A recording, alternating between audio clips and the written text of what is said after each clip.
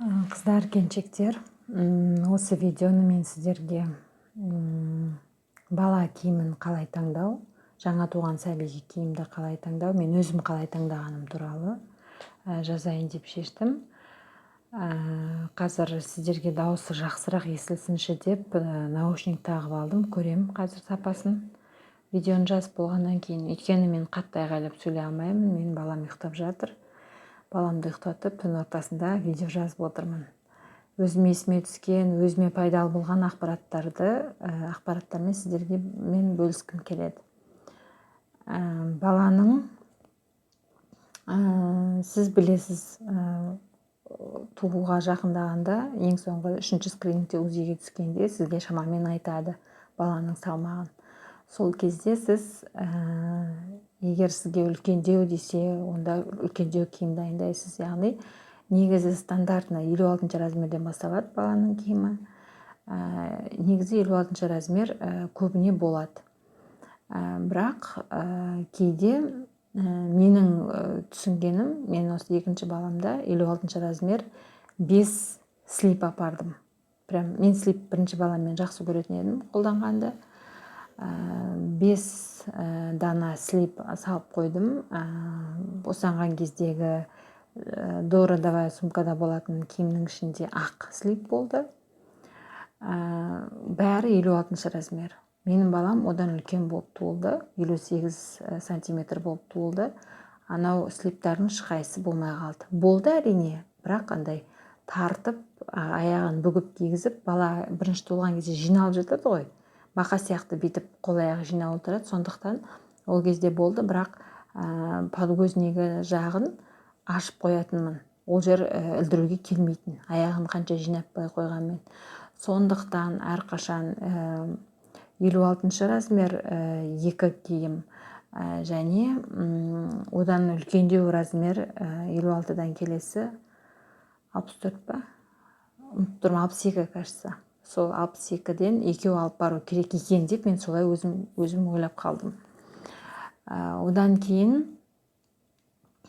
үйге келген соң, әрине үйге жетіп алғанша роддомда шыдай тұрдым.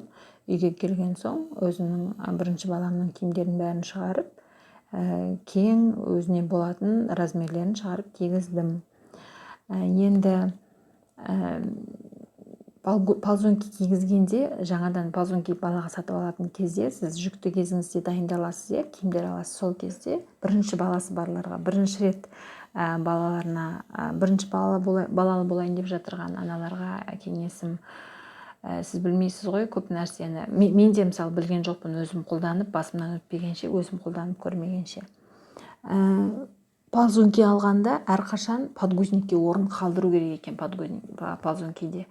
Мен ползункиді баланың бойына есептеп те қараймын, және баланың бұтына киетін жерінде кеңірек болғанын қалаймын. Бүйтіп тақалып мініп тұратын емес, кеңірек болса, сол жерде подгузник болса, егер сіз көріп жүрген болсаңыз, жаңа туылған балалардың киімдерін кішкене сол үлкен адамдыкіндей былай барлық жар пропорциясы теңдей болмайды, аяқ жағы ұзын болмайды. Жаңа туған балаларға арналған киімдерді қарасаңыз, бұт жағы үлкен болып тұрады да, аяқ жағы қысқа ғана болып тұрады. Өйткені баланың туған кезде аяқ қолдар жинаулы болады ғой, ол ұзын болып созылып тұрмайды. Ол кейін бір айдан кейін жайлап созылады, өзіңіз массажбен созып аласыз.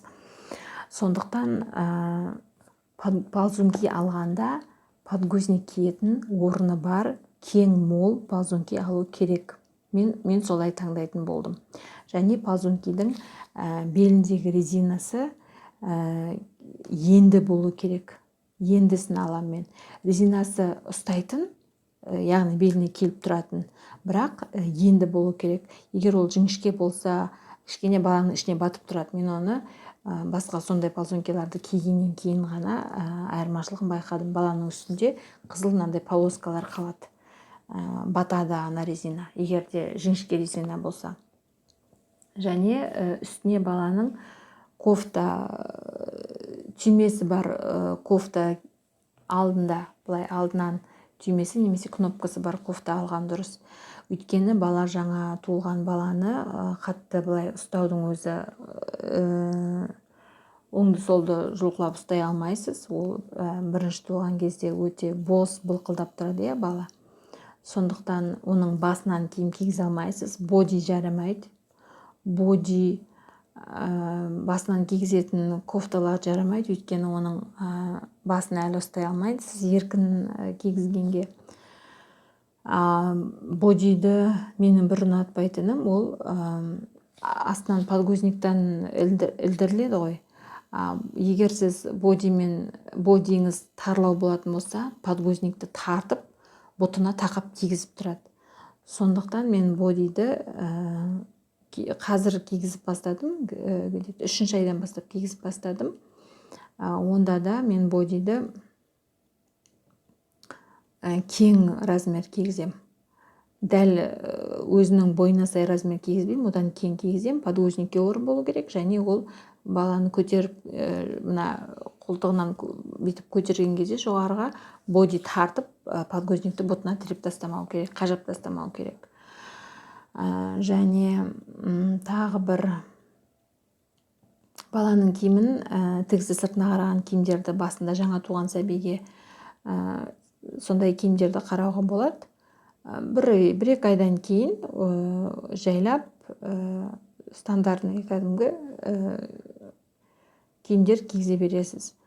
Енді басында 56-ші размерге, 62-ші размерге тігісі сыртына қараған киімдер табуға болады. Мен слип жақсы көретінмін бірінші балама. Көп қолдандық болды менде слип. Одан қалған слиптарды мен екінші балама басында кигіздім. Бірақ қазір мен слип кигізіп жүрген жоқпын. Білмеймін, осы жолы бізге слип осы балама көп қолданбадым. Осы роддомға жаңадан алған 5 слипім болмай қалды. Одан кейін бірінші баламнан қалған слиптарды 1-2-ін кидік. Білмеймін, бізде пока осы баламен слип қолданып жүрген жоқпын. Және мен болады ғой, жүкті кезіңізде бір балаға әдемі жақсы нәрселер алып қойғыңыз келеді. Киімдерден көрген кезіңізде көзіңіз қызып кетеді әдемі нәрселерді. Мен солай көзім қызып двойка киім алып қойғам. Әдемі американский стильмен жасалған кофточка жеңі бар. Сосын астында трико сияқты шалбары бар. Әдемі, кнопкамен, өте стильні, сапасы да жақсы. Бірақ двойка алған кезде байқасаңыз, балаға кигізген кезде размері келеді. Бірақ бұтындағы шалбары подгузникке есептелмеген. Мен қанша әдемі парный асты мен үсті бірге киім алғым келеді, стильні болып тұру үшін. Бірақ мен сол жерде баланың бұтына киетін шалбар жағын қарасам, ол жерде подгузникке орын жоқ. Подгузникке орын жоқ, және оның белі жіңішкелеу болып келеді.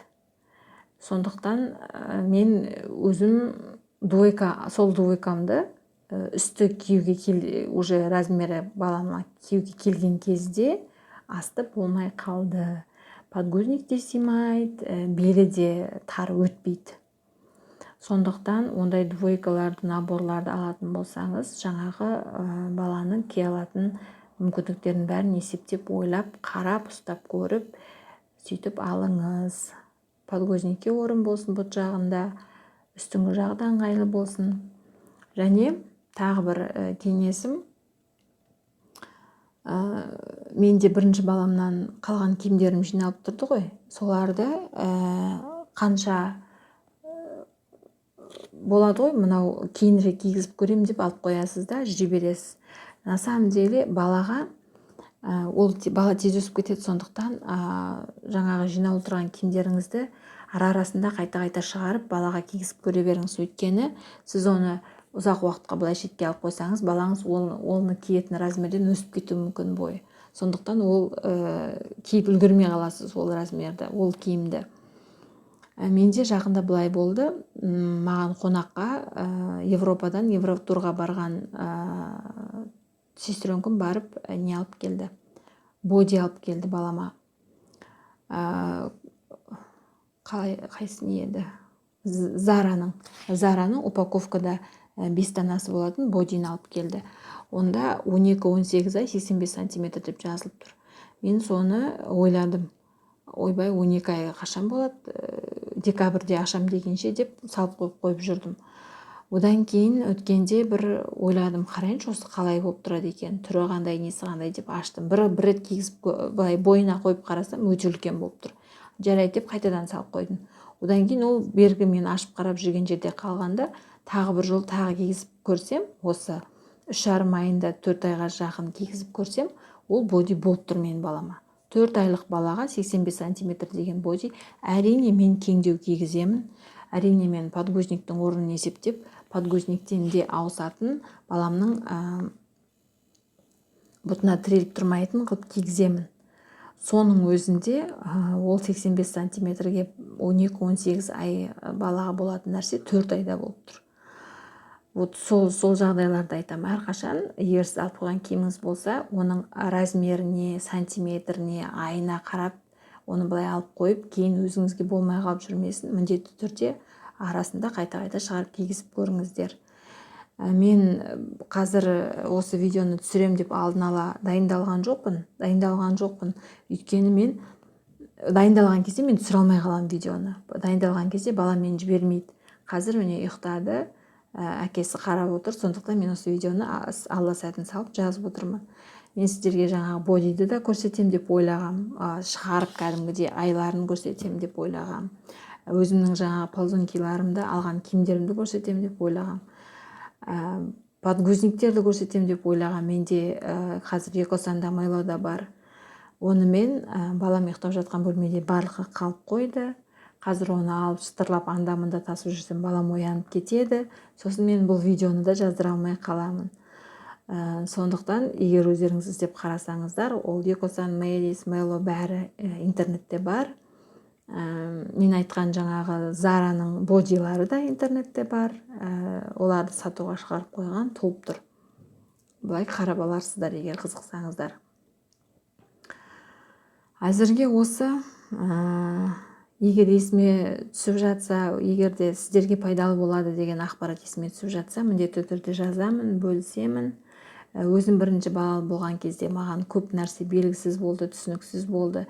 Өзім қолданып көргеннен кейін ғана, осы көзім жеткеннен кейін ғана мен сіздерге айтып жатырмын. Әрине ол маған ғана жараған ақпарат, менің пайдама жарады, маған пайдалы болған ақпарат болып есептеледі.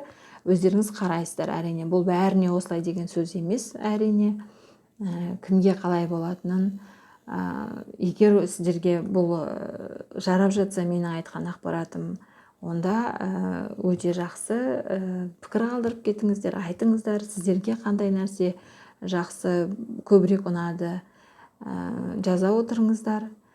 Назарларыңызға рахмет. Мен енді баламның қасына барып ұйықтаймын. Ұйқым келіп әрең сөйлеп отырмын. Қайырлы түн. Күндіз көрсеңіздер, күндеріңіз жақсы өтсін. Бала босанайын деп жүрген келіншектерге аман-есен босануларыңызға тілектеспін.